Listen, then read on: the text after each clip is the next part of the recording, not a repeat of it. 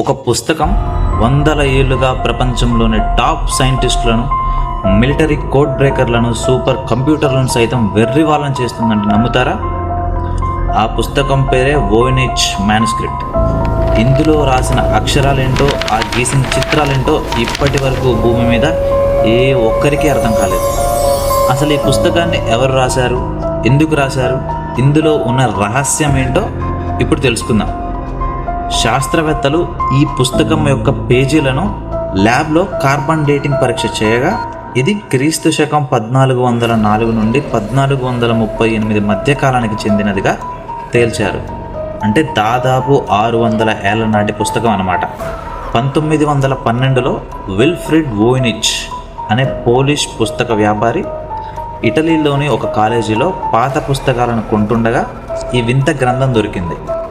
ఆయన పేరు మీదే దీనికి వోయినిచ్ మ్యానుస్క్రిప్ట్ అని పేరు పెట్టారు.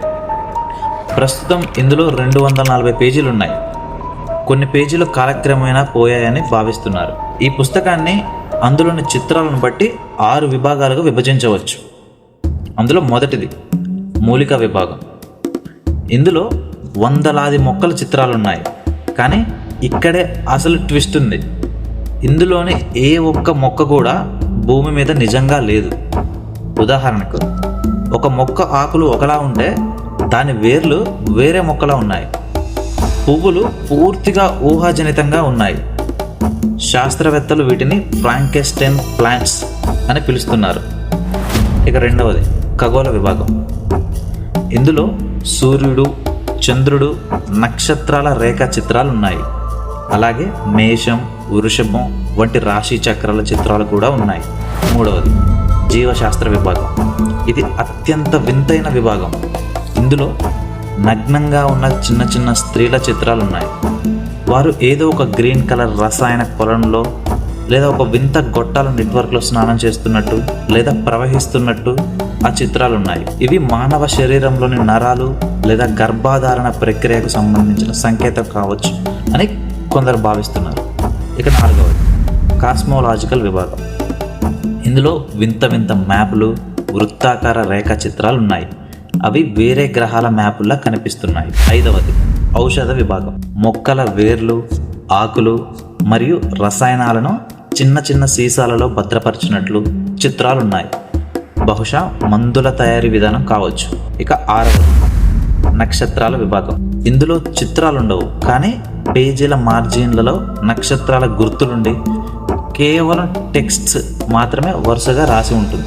ఇక ఈ లిపి యొక్క రహస్యానికి వస్తే, ఇందులో ఉన్న అక్షరాలు లాటిన్, గ్రీక్, అరబిక్ లేదా మరే ఇతర ప్రాచీన భాషతోనూ కలవవు. మొదటి ప్రపంచ యుద్ధం మరియు రెండవ ప్రపంచ యుద్ధాల్లో శత్రువుల రహస్య కోడ్స్ విప్పిన మేధావులు, అలాగే నేటి ఆర్టిఫిషియల్ ఇంటెలిజెన్స్ టెక్నాలజీ కూడా ఈ రాతని డీకోడ్ చేయలేకపోయాయి. అయితే కంప్యూటర్ అనాలిసిస్ ప్రకారం ఈ రాతలో అక్షరాల అమరిక, పదాల పునరావృతం ఒక నిజమైన భాషకు ఉండవలసిన వ్యాకరణ నియమాలను కలిగి ఉంది. అంటే ఇది ఎవరో పిచ్చి గీతలు గీయలేదు, ఏదో అర్థంతోనే రాశారు. అసలు ఈ పుస్తకం ఏమై ఉంటుంది? పరిశోధకులు 3 ప్రధాన సిద్ధాంతాలను చెప్తారు. అందులో మొదటిది తీసుకుంటే సీక్రెట్ సైన్స్ డైరీ అంటారు. అంటే ఆనాటి ఏ రసాయన శాస్త్రవేత్తో లేదా వైద్యుడో చర్చి లేదా సమాజం నుండి తన ప్రాణాలను రక్షించుకోవడానికి, తన పరిశోధనలు ఇతరుల చేతికి చిక్కకుండా ఉండటానికి ఒక సొంత కోడ్ భాషను సృష్టించుకొని దీన్ని రాసి ఉండవచ్చు అని ఒక అభిప్రాయం. రెండవ అభిప్రాయం ఏంటిది? అంతరించిపోయిన భాష.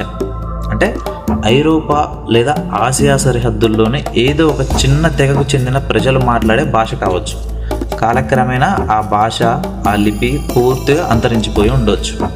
ఇక మూడవ భావన, 15వ శతాబ్దంలో రాజులు, చక్రవర్తులకు వింత వస్తువులను సేకరించడం ఒక హాబీగా ఉండేది. రోమన్ చక్రవర్తి 2వ రూడాల్ఫ్ లాంటి ధనవంతులను మోసం చేసి ఇది ఒక మాయా పుస్తకం అని చెప్పి భారీ మొత్తానికి అమ్ముకోవడానికి ఆనాటి ఏ మాయగాడు సృష్టించిన నకిలీ పుస్తకం కావచ్చు. ప్రస్తుతం ఈ పుస్తకం అమెరికాలోని ప్రతిష్టాత్మక యోల్ యూనివర్సిటీ లైబ్రరీలో అత్యంత సురక్షితంగా భద్రపరచబడి ఉంది. డిజిటల్ రూపంలో ఇంటర్నెట్లో కూడా మనకి ఇప్పుడు అందుబాటులో ఉంది. ఆ లింక్ నేను డిస్క్రిప్షన్లో ఇస్తాను, వీలైతే వెళ్ళి చూడండి. మీరు కూడా డీకోడ్ చేయగలరేమో పరిశీలించండి. ఇక వందల ఏళ్ళైనా ఎంతోమంది మేధావులు ప్రయత్నించిన లొంగని ఈ వోయినిచ్ మ్యానుస్క్రిప్ట్ రహస్యం ఎప్పటికైనా వీడుతుందా, లేదా మానవాళికి ఎప్పటికీ అర్థం కాని ఒక మిస్టరీగా మిగులుతుందా?